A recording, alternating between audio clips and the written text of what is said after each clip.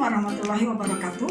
Apa kabar anak-anak kelas 8? Mari kita belajar IPA bersama Bu Nida.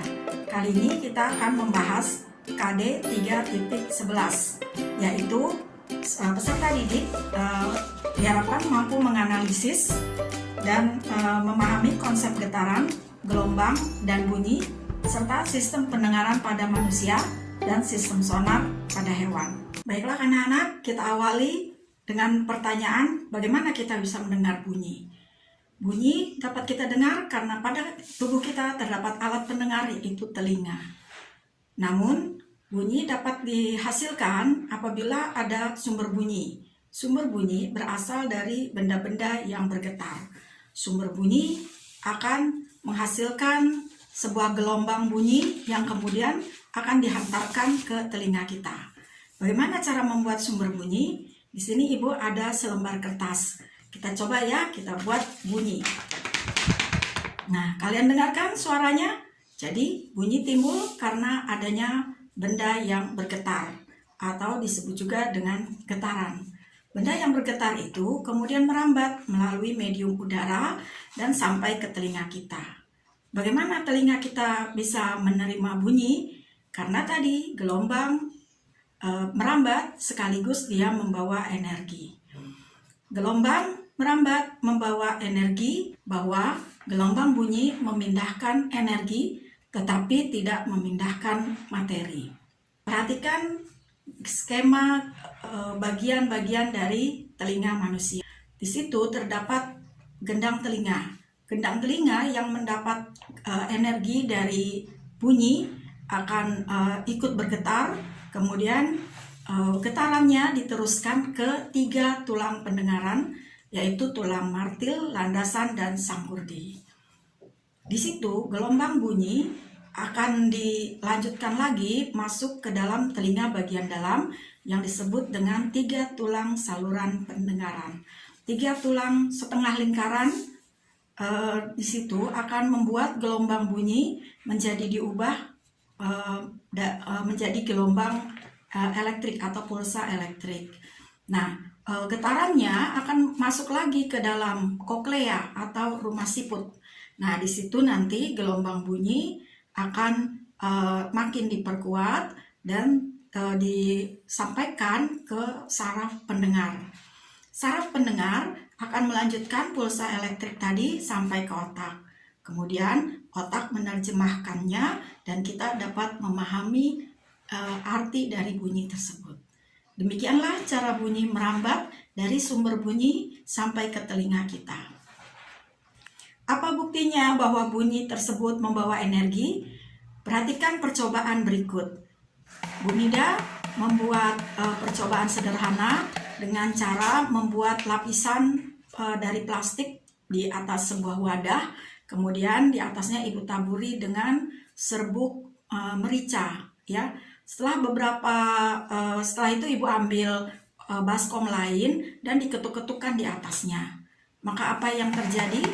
Yang terjadi, energi dari bunyi ketukan tadi merambat lewat udara lalu mengenai butiran-butiran merica. Maka mengenai selaput tipis, dan selaput tipis itu akhirnya bergetar, ya, disebabkan karena energi dari sumber bunyi. Nah, itu kita lihat buktinya apa? Buktinya merica itu akan bergerak naik turun. Nah, seperti itulah sumber bunyi yang menghasilkan energi bunyi mengenai gendang telinga kita, sehingga gendang telinga kita ikut bergetar bunyi. Syarat yang belum Ibu sebutkan lagi adalah frekuensi bunyi. Frekuensi bunyi harus memenuhi kemampuan dari si pendengar. Misalnya, manusia mampu mendengar bunyi yang frekuensinya 20 sampai 20.000 Hz. Nah, itu yang disebut sebagai frekuensi audiosonik. Baiklah, sebelum ke sana, Ibu akan menjelaskan pembagian dari frekuensi bunyi. Frekuensi bunyi dibagi menjadi 3, yaitu infrasonik, audiosonik, dan ultrasonik.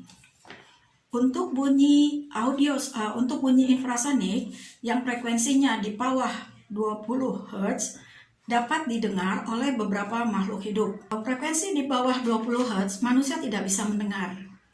Manusia bisa mendengar pada frekuensi antara 20 sampai 20.000 Hz.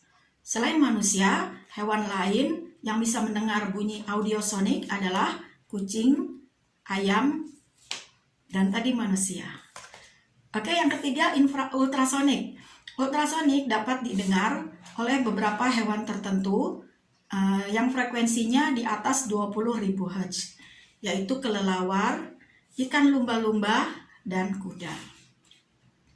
Demikianlah anak-anak, dapat kita simpulkan sekarang bagaimana kita bisa mendengar bunyi atau bagaimana makhluk hidup itu bisa mendengar bunyi. Maka terpenuhi 3 syarat, yaitu yang pertama ada sumber bunyi, yang kedua ada alat pendengar yang baik, dan yang ketiga ada frekuensi yang memenuhi batas pendengaran. Beberapa sifat dari gelombang bunyi yang akan Ibu jelaskan adalah, yang pertama, bunyi merambat harus melewati medium. Seperti tadi misalnya, suara yang kita dengar melewati medium udara. Nah, ini menandakan bahwa bunyi termasuk gelombang mekanik, ya. Selain lewat udara, bunyi dapat juga merambat lewat zat padat dan lewat zat cair. Di antara ketiga zat tersebut, padat, cair, dan gas, maka yang paling cepat merambat adalah lewat zat padat. Kita lanjut ke sifat ciri gelombang bunyi yang kedua. Bunyi termasuk gelombang longitudinal, karena pada saat sumber bunyi menghasilkan bunyi, gelombangnya itu, getarannya itu sejajar dengan arah rambatnya, dan menyebabkan partikel-partikel udara yang dilewati oleh gelombang mengalami rapatan dan regangan. Itu sebabnya gelombang bunyi termasuk dalam gelombang longitudinal. Bunyi dapat dipantulkan, ya. Bunyi dapat dipantulkan sehingga kita apabila berada dalam suatu ruang yang sempit, kita bisa mendengar bunyi pantul kita. Misalnya dalam sebuah ruang konser, ya. Nah, untuk itu kita kenali ada yang disebut dengan gaung. Bunyi yang dipantulkan itu ada lagi di tempat yang lebih besar, ya, itu yang disebut dengan gema. Kemudian bunyi juga dapat dibiaskan atau direfraksi, ya, yaitu ketika bunyi melewati sebuah medium yang berbeda kerapatannya.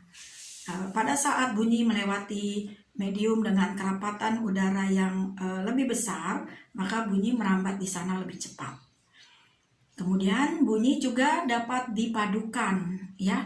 Bunyi-bunyi yang sefase akan menghasilkan bunyi yang kuat, bunyi-bunyi yang tidak sefase akan menghasilkan bunyi yang lemah, atau bunyi dapat diinterferensi.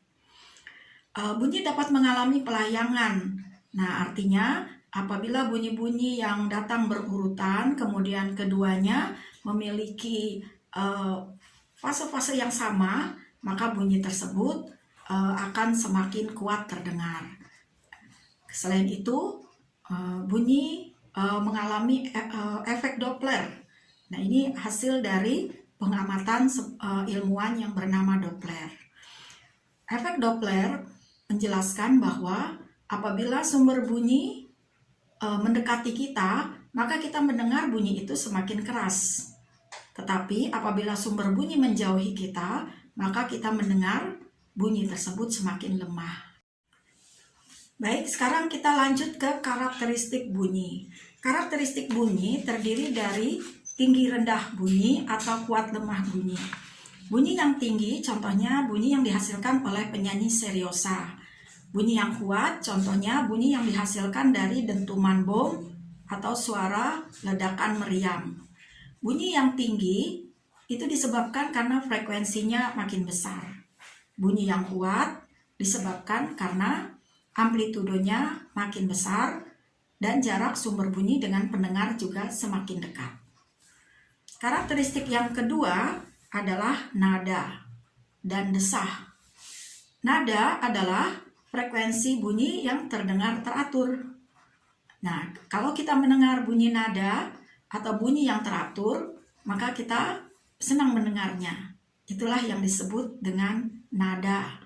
Nada yang dipadukan, dikumpulkan, menghasilkan sebuah musik. atau lagu. Ya, kalau desah bagaimana?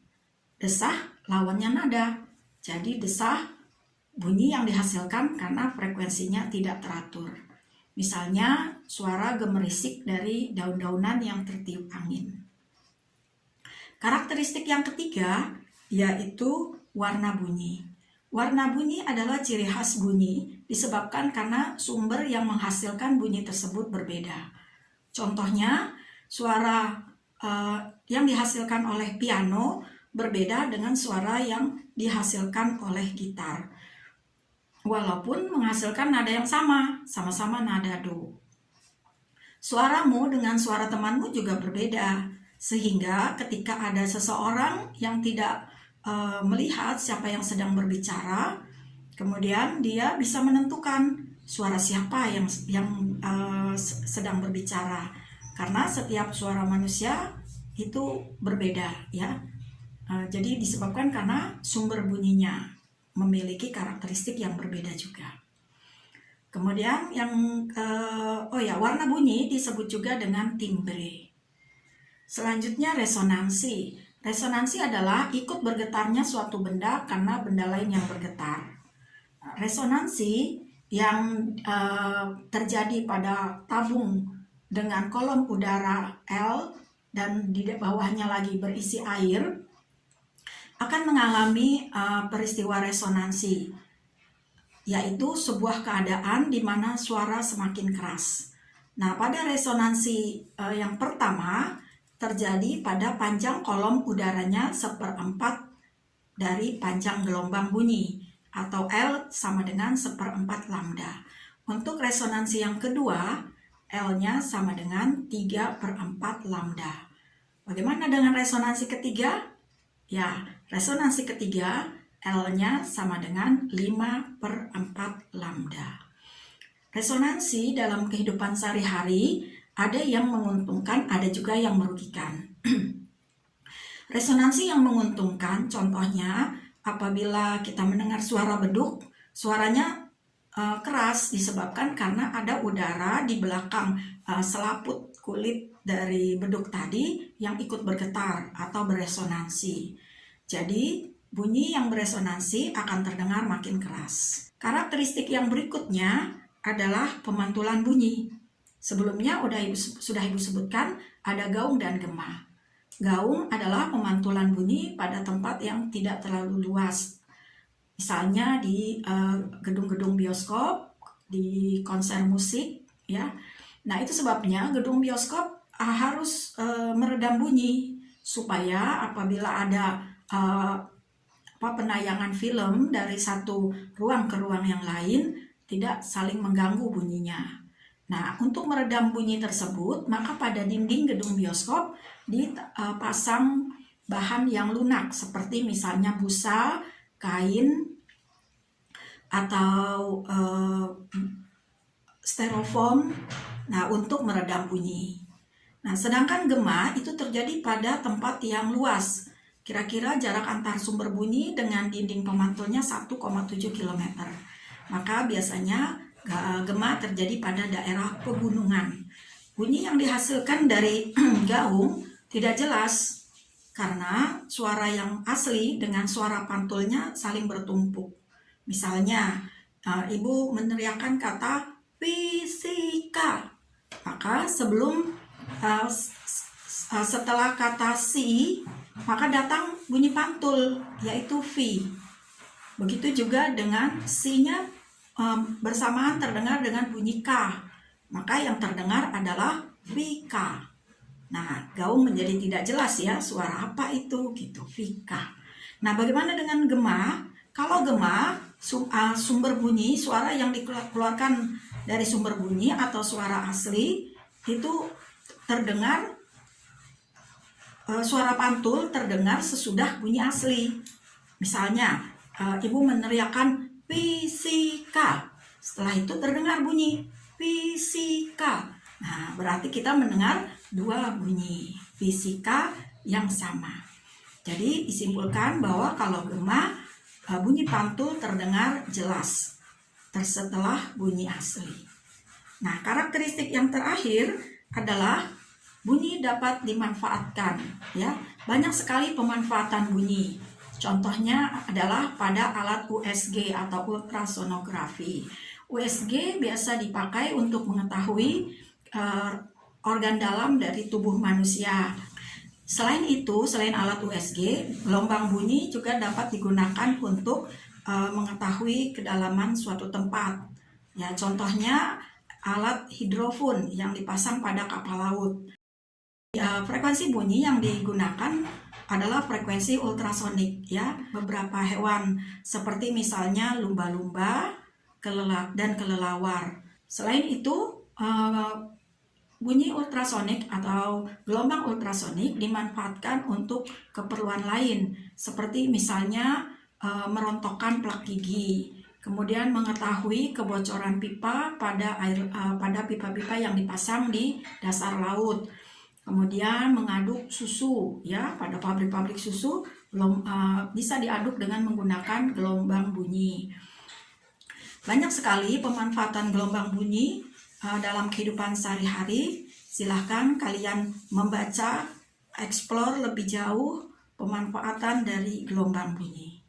Demikianlah anak-anak, materi kita tentang bunyi telah selesai Ibu jelaskan. Silahkan kalian banyak lagi pada sumber-sumber yang lain. Sampai jumpa pada pertemuan berikutnya. Mohon maaf apabila ada kesalahan kata. Assalamualaikum warahmatullahi wabarakatuh.